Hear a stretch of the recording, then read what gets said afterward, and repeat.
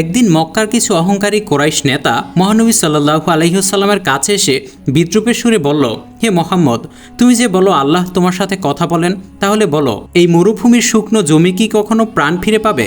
এরপর তারা বহু বছর ধরে মরে থাকা একটি শুকনো জরাছীর্ণ ও পত্রহীন গাছের দিকে ইশারা করল। রাসূল সাল্লাল্লাহু আলাইহি ওয়াসাল্লাম অত্যন্ত শান্ত কণ্ঠে জবাব দিলেন, নিশ্চয়ই আল্লাহ সব কিছুর উপর ক্ষমতাবান, তিনি চাইলে মৃত জমিও জীবিত হতে পারে। তখন কাফেররা উপহাস করে বলল, তাহলে তোমার আল্লাহকে বলো এই মৃত গাছটিকে জীবিত করে দেখাতে। তখন রাসূলুল্লাহ সাল্লাল্লাহু আলাইহি ওয়াসাল্লাম আল্লাহর দরবারে মুনাজাত করলেন।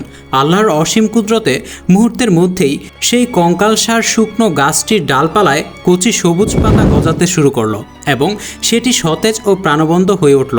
রাসূল সাল্লাল্লাহু আলাইহি ওয়াসাল্লামের এই মহান মুজিজা দেখে উপস্থিত কাফেররা হতবাক ও ভীত হয়ে পড়ল, কিন্তু এরপরও অনেকে অহংকারবশত এই সত্যকে অস্বীকার করল। তখন বিশ্বনবী আক্ষেপ করে বললেন, স্রষ্টার এত বড় নিদর্শন দেখেও যারা সত্যকে মেনে নেয় না, তাদের অন্তরই আসলে মৃত।